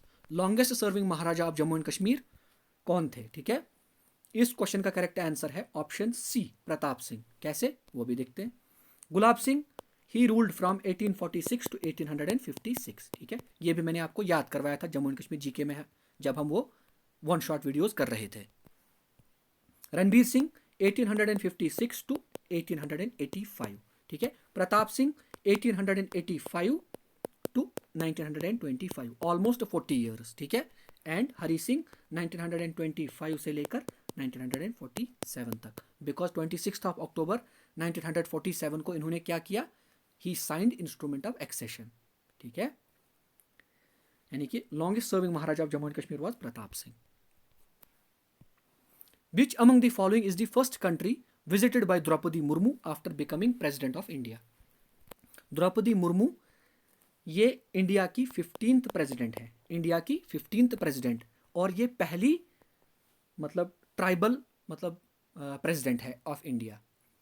Draupadi Murmu is the 15th president of India and ये पहली tribal president है India की। ठीक है, और द्रौपदी मुर्मू ने जिनको इलेक्शन में हराया था ना, प्रेसिडेंशियल इलेक्शन में, उनका नाम है यशवंत सिन्हा। उनका नाम क्या था? यशवंत सिन्हा। ठीक है, एक और इंपॉर्टेंट चीज, जो 14th वाइस प्रेसिडेंट है ना, उनका नाम है जगदीप धनकर। उनका क्या नाम है? जगदीप धनकर, जगदीप धनकर। ठीक है, ये पहले गवर्नर हुआ करते थे वेस्ट बंगाल के, अब ये 14th वाइस प्रेसिडेंट है। और जगदीप धनकर ने जिनको वाइस प्रेसिडेंशियल इलेक्शन में हराया, उनका क्या नाम है? मार्गरेट एल्वा। मार्गरेट एल्वा। ठीक है, ये भी आपको याद रखना है। एंड मैंने आपको ये बोला कि Droupadi Murmu is the first tribal president of India, और जहां से द्रौपदी मुर्मू बिलोंग करती है ना, वो है मयूरभंज। मयूरभंज जो कहाँ पे है? उड़ीसा में। अभी हमने पढ़ा था ना छौ डांस, जो छौ डांस है ना, मयूरभंज छौ कहाँ पे परफॉर्म किया जाता है? उड़ीसा में। और मयूरभंज एक एरिया है वहाँ पे। ठीक है, और वहीं से बिलोंग करती है द्रौपदी मुर्मू। ठीक है, इनकी जो ट्राइब है ना, उस ट्राइब का नाम है संथाल, यानी कि द्रौपदी मुर्मू संथाल है। क्या है? संथाल। इनके ट्राइब का क्या नाम है? संथाल। अब आपसे क्वेश्चन ये पूछ रहा है कि जब द्रौपदी मुर्मू प्रेसिडेंट बनी इंडिया की, इनकी पहली फॉरेन विजिट कहाँ थी? मतलब कहाँ पे ये पहले गई? Egypt, Indonesia, United kingdom and Argentina. इस क्वेश्चन का करेक्ट आंसर है ऑप्शन सी, यूनाइटेड किंगडम। क्यों? क्योंकि यहाँ पे क्वीन एलिजाबेथ की डेथ हुई थी। कहाँ पे? ये भी मैंने आपको बोला था पहले सेट में, बालमोरल कासल में उनकी डेथ हुई थी, जो कि है कहाँ पे? स्कॉटलैंड में। ठीक है, अभी जो नए मोनार्क बने हैं यूनाइटेड किंगडम के, उनका नाम है किंग चार्ल्स थर्ड। ठीक है, जो फैमिली में, इनकी फैमिली में सबसे एल्डेस्ट होता है वही किंग या क्वीन बनता है, इरेस्पेक्टिव ऑफ द जेंडर। ठीक है। और एक और इंपॉर्टेंट चीज़, ये है इंग्लैंड, जब आप मैप देखोगे ये है वेल्स और ऊपर है स्कॉटलैंड। इंग्लैंड, वेल्स और स्कॉटलैंड, इन तीनों को एक साथ क्या बोला जाता है? ब्रिटेन। ठीक है। इंग्लैंड, वेल्स एंड स्कॉटलैंड एक साथ बोला जाता है ब्रिटेन। यहाँ पे है आयरलैंड, आयरलैंड एक सेपरेट कंट्री है, लेकिन आयरलैंड का यहाँ पे एक टुकड़ा है, उसको बोलते हैं नॉर्दर्न आयरलैंड। उसको क्या बोलते हैं? Northern Ireland. England, Wales, Scotland and Northern Ireland, इन चारों को मिला के बोला जाता है यूनाइटेड किंगडम। ठीक है। आई होप ये भी आपको समझ आ गया होगा। इजिप्ट में क्या हुआ था? जो कॉप 27 है ना, कॉन्फ्रेंस ऑफ पार्टी 27, वो इजिप्ट के एक शहर शर्म अल शेख में हुई थी। शर्म अल शेख। ठीक है। शर्म अल शेख में कॉन्फ्रेंस ऑफ पार्टी 27 ऑर्गेनाइज हुई थी। कॉन्फ्रेंस ऑफ पार्टी 26 हुई थी ग्लासगो, स्कॉटलैंड। Glasgow, Scotland. और कॉन्फ्रेंस ऑफ पार्टीज 28 कहाँ पे होने वाली है? United Arab Emirates. ठीक है। COP 27 Egypt, COP 26 Scotland and COP 28 United Arab Emirates. Indonesia में 2022 की G20 समिट हुई थी। 2022 की G20 समिट कहाँ पे हुई थी? इंडोनेशिया में। ठीक है। और ये 17th एडिशन था G20 का। एंड 1 दिसंबर 2022 को इंडिया ने प्रेसिडेंसी ले ली किसकी? G20 की। और 2023 यानी कि 18th edition of G20 will be hosted by India. और J&K में भी कुछ मीटिंग्स होंगी किसकी? G20 की। All right. अर्जेंटीना क्यों न्यूज में था? It was in news because Argentina ने फ्रांस को हराकर फीफा वर्ल्ड कप 2022 अपने नाम किया, जो कि कहां पे खेला गया था? कतर में। ठीक है। और कतर पहला मतलब अरब कंट्री बन गया है जिसने फुटबॉल वर्ल्ड कप को होस्ट किया। ठीक है। अर्जेंटीना का ये तीसरा वर्ल्ड कप था। अगर फ्रांस जीता उसका भी तीसरा होता, लेकिन जीता किसने? अर्जेंटीना ने। And it was third world cup of Argentina. ठीक है। अब 2026 का फीफा वर्ल्ड कप कहां पे खेला जाएगा? 2026 का फीफा वर्ल्ड कप खेला जाएगा कनाडा, मैक्सिको एंड यूएसए, यानी कि नॉर्थ अमेरिका में। Canada, Mexico and USA will host 2026 FIFA world cup. ठीक है। एक और इंपॉर्टेंट चीज, 2023 में फीफा विमेन्स वर्ल्ड कप होगा। फीफा विमेन्स वर्ल्ड कप होगा and it will be hosted by Australia and New Zealand. और रिसेंटली इसका जो मैस्कॉट है ना, वो भी अनवील किया गया था। इसका मैस्कॉट है ताजूनी। इसका मैस्कॉट क्या है? ताजूनी। It is the mascot of FIFA women's world cup, जो कि 2023 में खेला जाएगा। कहां पे? Australia and New Zealand. एक और इंपॉर्टेंट चीज, जो फुटबॉल यूज की गई थी ना, कहां पे? जो फुटबॉल यूज की गई कतर में खेलने के लिए, उसको एक नाम दिया गया था। उसका नाम था Al Rihla. Al Rihla was the name of the football जिससे मैच खेले जाते थे। फुटबॉल मैच कहाँ पे? कतर में। और जो फाइनल में जिस फुटबॉल से मैच खेला गया था उसका एक अलग नाम था। उसका नाम था अल हिल्म, HILM, अल हिल्म। ठीक है। एक और इंपॉर्टेंट चीज, मैस्कॉट क्या था? What was the mascot of FIFA world cup 2022? Mascot था लाइब। बहुत ही इंपॉर्टेंट है। ठीक है। As per section 52 subsection 2 of Jammu and Kashmir reorganisation act 2019, the ministers shall hold office during the pleasure of. ये डायरेक्ट क्वेश्चन है, जिसने रीऑर्गेनाइजेशन एक्ट पढ़ा है he will be able to answer this question, he और she. Correct answer है इस question का option B, minister shall hold office during the pleasure of lieutenant governor. एक और इंपॉर्टेंट चीज, chief minister shall be appointed by lieutenant governor. ये मैं बोल रहा हूं as per J&K reorganisation act. Chief minister shall be appointed by lieutenant governor and all the ministers shall also be appointed by lieutenant governor but on the recommendation of chief minister. I hope ये आपको समझ आ गया होगा। Tamil Nadu notified India's first ever dugong conservation reserve in the Palk Bay area of the Gulf of Mannar। आपको बताना है कि ये जो ड्यूगोंग है ना, जिसके लिए तमिलनाडु ने इंडिया की पहली ड्यूगोंग कंजर्वेशन रिजर्व नोटिफाई की। आपको बताना है इस ड्यूगोंग, ये एक सी एनिमल है, अभी मैं दिखाऊंगा आपको, इसको सी काउ भी बोलते हैं, ठीक है। आपको बताना है कि आयुसियन स्टेटस क्या है इसका, किसका, ड्यूगोंग का। क्रिटिकली एंडेंजर्ड, वल्नरेबल, एंडेंजर्ड या नियर थ्रेटेंड। इस क्वेश्चन का करेक्ट आंसर है ऑप्शन बी, वल्नरेबल, ठीक है। एक बार मैं आपको पहले इमेज दिखा देता हूं, उसके बाद थोड़ा सा वापस आते हैं। ये है ड्यूगोंग, ये है ड्यूगोंग, इसको बोलते हैं सी काउ, इसको क्या बोलते हैं, सी काउ। अब आते हैं वापस इधर, ये है तमिलनाडु, ठीक है। और तमिलनाडु में जहां पे स्टार देख रहे हो ना, पाल्क बे, ठीक है, यहीं पे तमिलनाडु ने नोटिफाई की है इंडिया की पहली ड्यूगोंग कंजर्वेशन रिजर्व, ठीक है। ये जो आईयूसीएन है ना, international union for conservation of nature, ठीक है, it was established in the year 1948 and इसके हेडक्वार्टर कहां पे है, ग्लैंड, स्विट्जरलैंड, ग्लैंड, स्विट्जरलैंड, ठीक है, ये आपको याद रखना है।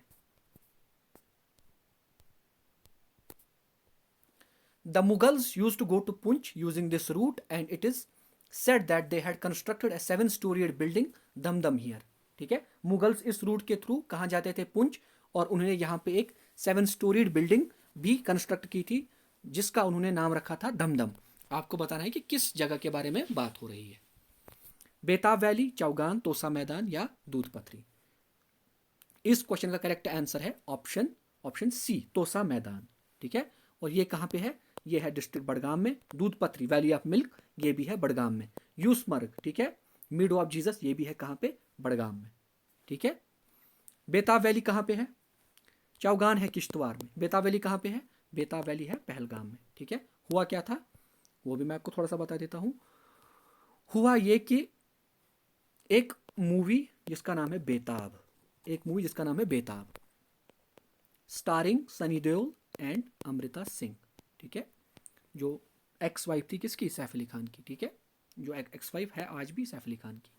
बेताब एक मूवी है, ठीक है, स्टारिंग सनी देओल एंड अमृता सिंह। इसकी भी डेब्यू मूवी, इसकी भी डेब्यू मूवी। इसकी शूटिंग हुई पहलगाम के नज़दीक एक वैली में, ठीक है। और उस वैली का फिर इसी मूवी के मतलब वहाँ पे शूटिंग हुई बेताब मूवी की, और and because of this movie इस वैली का नाम पड़ गया बेताब वैली, ठीक है। ये है थोड़ा सा कंटेक्स्ट बैकग्राउंड। और बेताब वैली कहाँ पे है, पहलगाम में, यानी कि डिस्ट्रिक्ट अनंतनाग में। The decennial census is conducted by the office of registrar general and census commissioner, ministry of home affairs. आपको बताना है कि currently who is serving as the registrar general and census commissioner of India. ये जो India में census होता है ना, इसको कौन कंडक्ट करवाता है, registrar general and census commissioner. और नोडल मिनिस्ट्री कौन सी है, मिनिस्ट्री ऑफ होम अफेयर्स। आपको बताना है कि currently registrar general and census commissioner कौन है। इस क्वेश्चन का करेक्ट आंसर है ऑप्शन ए। नहीं भाइयों, यहाँ पे आप फंस गए। अगर आप एग्ज़ाम देने जाते तो घर पे आपको क्या करना था, ये करना था, जो कि किसी को पसंद नहीं है। इसीलिए न्यूज़ फॉलो करनी होती है। इस क्वेश्चन का करेक्ट आंसर है option B, Mrityunjay Kumar Narayan. Recently reshuffling हुई and currently Mrityunjay Kumar Narayan is serving as the registrar general and census commissioner of India. All right. ये वीजी सोमानी कौन है, he is the drug controller general of India, ठीक है। कौन सी दवाई को अप्रूव करना है, किस दवाई या किस मेडिसिन को या किस ड्रग को रिजेक्ट करना है, it is up to this man and he is the drug controller general of India, ठीक है। कोविड जो वैक्सीन है ना, रिसेंटली बहुत ज़्यादा ये न्यूज़ में थे, बिकॉज बहुत सारी वैक्सीन को अप्रूवल मिला, किसी को नहीं मिला, ठीक है। VG Somani, he is the drug controller general of India. Kirit Parekh, he is a very important man. क्यों, वो भी बता देता हूँ। किरित पारेख आजकल काफ़ी न्यूज़ में है। वो क्यों, क्योंकि एक कमेटी बनाई गई थी रिगार्डिंग गैस प्राइसिंग, और इस कमेटी के चेयरमैन थे किरित पारेख। एंड इस कमेटी ने रिसेंटली अपनी रिपोर्ट गवर्नमेंट को सबमिट की। उस रिपोर्ट में क्या था, आपको डिटेल में नहीं जाना है, लेकिन एक चीज़ आपको याद रखनी है। वो क्या है, वो ये है कि इस रिपोर्ट में लिखा है 1 जनवरी 2027। डेट क्या है, 1 जनवरी 2027। इस डेट से गवर्नमेंट गैस की प्राइसेस को रेगुलेट नहीं करेगा। आप घर पे बोलते हो ना कि गवर्नमेंट रेट ये है, 1100 है, 1130 है, या जो भी है, वट एवर आप कभी बोलते हो ना, गवर्नमेंट घर पे बोलते हैं कि गवर्नमेंट रेट ये है किसी सिलेंडर की। तो अब होगा क्या, होगा ये कि government will not regulate gas prices and from 1 January 2027 gas prices will be regulated by market forces, supply and demand. जैसी सप्लाई जैसी डिमांड वैसा प्राइस। यही आपको याद रखना है इस रिपोर्ट में से। That's all. ठीक है। गैस प्राइसिंग कमेटी के चेयरमैन कौन थे? Kirit Parikh, and they have submitted a report जिसमें इन्होंने सरकार को रेकमेंड किया है कि आप गैस प्राइस को रेगुलेट मत कीजिए। और आई थिंक गवर्नमेंट इसको कंसिडर कर भी रही है कि from 1 January 2027 government will not regulate gas prices, the gas price will be regulated by market force of supply and demand. Headquarters of south east central railway कहां पे located है? सिकंदराबाद, बिलासपुर, कोलकाता या गोरखपुर? इस क्वेश्चन का करेक्ट आंसर है option B, Bilaspur Chhattisgarh में south east central railway के headquarter है। ठीक है। सिकंदराबाद में साउथ सेंट्रल रेलवे के हेडक्वार्टर हैं। साउथ सेंट्रल रेलवे के हेडक्वार्टर कहां पे? सिकंदराबाद। और गोरखपुर में किन के हेडक्वार्टर हैं? गोरखपुर में है नॉर्थ ईस्टर्न रेलवे के हेडक्वार्टर। नॉर्थ ईस्टर्न रेलवे के हेडक्वार्टर कहां पे? गोरखपुर, उत्तर प्रदेश। एंड कोलकाता में 2 रेलवे जोन्स के हेडक्वार्टर है, एक है ईस्टर्न रेलवे एंड दूसरा है साउथ ईस्टर्न रेलवे। एक है ईस्टर्न रेलवे, दूसरा है साउथ ईस्टर्न रेलवे। इन दोनों रेलवे जोन्स का हेडक्वार्टर कहां पे है? Kolkata, West Bengal. Alright. Which among the following statements is not correct? 4 statement दी हुई है एंड आपको बताना है कि इन चारों स्टेटमेंट्स में से कौन सा स्टेटमेंट सही नहीं है। ठीक है। पहला statement, Yukon river in Alaska is famous for placer gold, ये सही है। Botswana is the leading diamond producing country in Africa, ये भी सही है। Newfoundland is one of the richest fishing grounds in the world and is located in eastern Canada, ये भी सही है। अमंग दी, यानी कि हमारा आंसर एग्जैक्ट यही है, क्योंकि ये गलत है और हमें बताना है कि गलत कौन है, यानी कि हमारा आंसर है ऑप्शन डी। आप थोड़ा सा इसको पढ़ते हैं। Among the 5 great lakes, lake Huron is located entirely in the USA while the rest are located at the border of USA and Canada. ठीक है। एक एक करके इन पॉइंट्स को मैप की हेल्प से समझने की कोशिश करते हैं। पहला point, Yukon river in Alaska is famous for placer gold.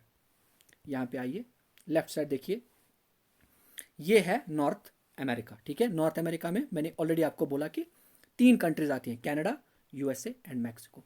ठीक है। जो यूएसए का कलर है, ठीक है, वही यहाँ पे कलर है अलास्का का। क्यों?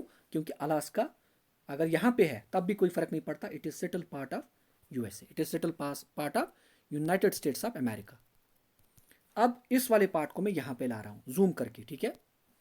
ये मैंने इसको जूम किया यहाँ पे। ये यूकॉन रिवर दो इट राइजेज इन कनाडा, लेकिन ये मतलब ड्रेन करता है कि उसको, अलास्का को, एंड उसके बाद ये यहाँ पे इस वाटर बॉडी यानी कि बेरिंग सी में ड्रेन होता है। ठीक है। It flows through Yukon, it flows through Alaska, Yukon river. ठीक है। And it then drains into the Bering sea. अब ये प्लेसर गोल्ड क्या होता है? यूकॉन रिवर में प्लेसर गोल्ड होता है। प्लेसर गोल्ड का मतलब होता है छोटे छोटे पार्टिकल्स ऑफ गोल्ड। ठीक है। अगर आप इस रिवर की जो रिवर बेड है ना, अगर आप वहाँ से ग्रेवल और पेबल्स वगैरह एक किसी बकेट में कलेक्ट करोगे और फिर उसको छानोगे वगैरह, आपको छोटे छोटे पार्टिकल्स ऑफ गोल्ड दिखाई देंगे। ठीक है। उसी को बोलते हैं प्लेसर गोल्ड। ठीक है। ये पहला स्टेटमेंट बिल्कुल सही है। दूसरा स्टेटमेंट क्या था? बोस्वाना in Africa is the leading diamond producing country of Africa. ये भी देखते हैं, यहाँ पे आइए। ये है अफ्रीका और ये है सदर्न अफ्रीका। साउथ अफ्रीका अलग कंट्री है, लेकिन अफ्रीका एक कॉन्टिनेंट भी है। ठीक है। और ये है बोस्वाना। ठीक है। बोस्वाना किसके साथ बॉर्डर शेयर करता है? Namibia, Zambia, Zimbabwe and south Africa. ठीक है। And बोस्वाना is the leading diamond producing country in Africa. ठीक है। यहां पे एक और चीज देखिए आप, ये है साउथ अफ्रीका, यहां पे साउथ अफ्रीका, और साउथ अफ्रीका के अंदर, साउथ अफ्रीका के अंदर एक कंट्री है जिसको बोलते हैं लेशोथो। ठीक है। ऑल द बेस्ट मूवी जिसने देखी होगी उसको पता होगा लेशोथो क्या है। ठीक है। यानी कि एक कंट्री, उसको एक और कंट्री सराउंड कर रही है, उसके अंदर एक कंट्री है। ऐसे ही अगर आप यूरोप का मैप थोड़ा ऑब्जर्व करोगे, आप देखोगे ये है ना इटली, ऐसे इटली के अंदर भी एक कंट्री है, यानी कि इटली एक कंट्री को ही सराउंड करता है। यहाँ पे ये सारा इटली, अंदर एक अलग कंट्री, और इस कंट्री का नाम जहाँ तक मुझे याद आ रहा है, as far as I can remember, इसका नाम है San Marino. San, SANMARINO, San Marino country इसका नाम है, लेकिन एक बार आप खुद भी देख लेना, I am not sure about it. All right, हमारा तीसरा पॉइंट क्या है? Newfoundland is one of the richest fishing grounds, और ये कहाँ पे लोकेटेड है? ईस्टर्न कनाडा में।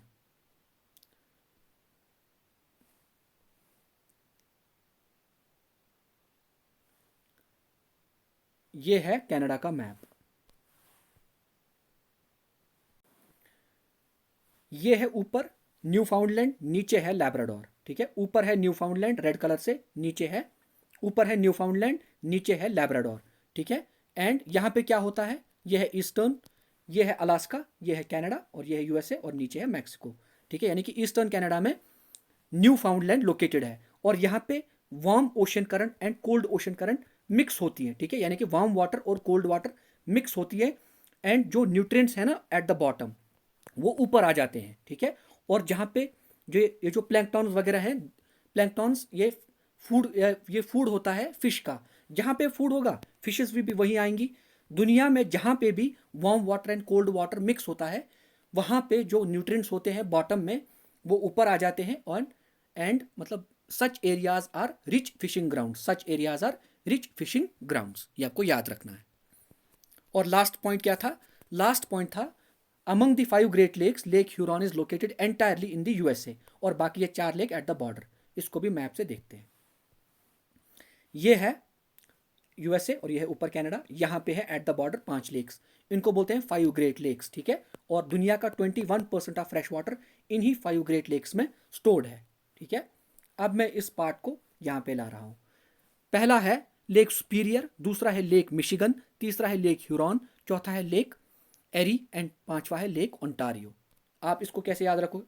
आप एक ट्रिक याद कर लो, होम्स। आप ट्रिक याद करो, होम्स।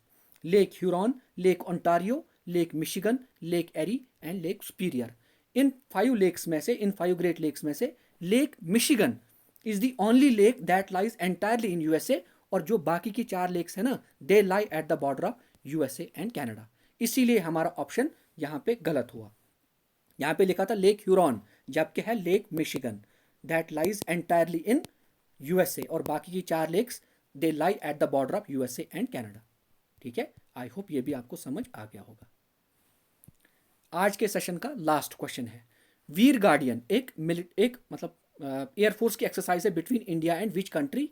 ये जनवरी के 2023 जनवरी 16 से 26 जनवरी, यानी कि 10 दिन की ये एक्सरसाइज होगी। ये एक एयर कॉम्बैट एक्सरसाइज है, एयरफोर्स एक्सरसाइज। ये इंडिया और किस कंट्री के बीच में होगी? इस क्वेश्चन का करेक्ट आंसर है option A, Japan. India and Japan के बीच में ये एयरफोर्स एक्सरसाइज होगी, जिसका नाम है वीर गार्डियन। क्या इंडिया और जापान के बीच में इसके बगैर कोई और एक्सरसाइज होती है? यस। जैसे कि एक है वीर गार्डियन, ये तो एक हो गई, इसके बगैर है धर्मा गार्डियन, DHARMA, धर्मा गार्डियन, ये हो गई दूसरी। एक एक्सरसाइज है जिमेक्स, ये एक मैरीटाइम एक्सरसाइज है, यानी कि नेवी की एक्सरसाइज, ठीक है। JIMEX, Japan India maritime exercise, ठीक है। एक है शिन्यू, मैत्री, शिन्यू मैत्री। एक है सहयोग, एक है सहयोग काइजन, एक है सहयोग काइजन, ठीक है। ये आपको याद रखनी है, जैसे कि वीर गार्डियन, धर्मा गार्डियन, ठीक है, जिमेक्स, और सहयोग काइजन, और शिन्यू मैत्री। ये 5 एक्सरसाइजेस इंडिया और जापान के बीच में होती है, ठीक है। एक और एक्सरसाइज, उसका नाम है मालाबार। उसका नाम क्या है? मालाबार। ये होती है India, Japan, USA and Australia. इन चारों कंट्रीज को क्या बोलते हैं? क्वाड कंट्रीज, यानी कि क्वाड्रिलेटरल सिक्योरिटी डायलॉग में 4 मेंबर्स हैं, 4 countries, India, Japan, USA and Australia. और यही 4 कंट्रीज मालाबार एक्सरसाइज को भी करती हैं आपस में, ठीक है, मिलिट्री एक्सरसाइज। उज्बेकिस्तान के साथ कोई एक्सरसाइज होती है इंडिया की? यस, डस्ट लिक, उस एक्सरसाइज का नाम है डस्ट लिक, ठीक है। रशिया के साथ भी एक्सरसाइज है। एक है इंदिरा एक्सरसाइज, इंदिरा। एक है एविया इंदिरा, एक है एविया इंद्रा। ठीक है, मंगोलिया के साथ कोई एक्सरसाइज होती है इंडिया की? बिल्कुल होती है, नोमैडिक एलिफेंट। Nomadic elephant. इसके बगैर भी बहुत सारी मिलिट्री एक्सरसाइज न्यूज में रही थी, जैसे कि उदार शक्ति और हरिमाऊ शक्ति इंडिया और मालदीव्स के बीच में होती है। Surya Kiran India and Nepal, hand in hand India and China. ठीक है, Sampriti and Bongosagar India and Bangladesh, SLINEX and Mitra Shakti India and Sri Lanka. ठीक है, ऐसी ही बहुत सारी शक्ति, वरुण वरुण यानी कि Varuna, Garuda and desert knight, ये एक्सरसाइज होती है इंडिया एंड फ्रांस के बीच। ठीक है, और क्या है, बहुत सारी मिलिट्री एक्सरसाइजेज हैं जो न्यूज़ में रहती है, आपको इनको भी थोड़ा सा देख लेना है। कभी कभी इस टॉपिक से भी सरप्राइजिंग क्वेश्चन आपको एग्जाम में दिख जाता है। ठीक है, इनको भी आपको छोड़ना नहीं है। ठीक है, आई होप आज के सेशन में आपने बहुत कुछ नया सीखा होगा एंड आपने ये काफ़ी एंजॉय किया होगा ये सेशन। आई नो कि ये बहुत लॉन्ग वीडियोज़ हैं, बट मैंने पहले ही बोला ना, this video series is not for फेंट हार्टेड पीपल। जिनको लगता है कि हमें वही क्वेश्चन करने, डल लेक कहाँ पे है, उलल लेक कहाँ पे, वो करते रहें। ठीक है, ये मैं वीडियोस में उन सीरियस स्टूडेंट्स के लिए प्रिपेयर कर रहा हूँ जो थोड़े से डिमोटिवेटेड फील कर रहे हैं राइट नाउ। मैं चाहता हूँ कि वो थोड़ा सा फिर से ट्रैक पे आ जाए और वो अपनी पढ़ाई कंटिन्यू रखें। ठीक है, पढ़ाई को एंजॉय करना बहुत ज़रूरी होता है। If you will take study as a punishment, आप कभी नहीं सीखोगे।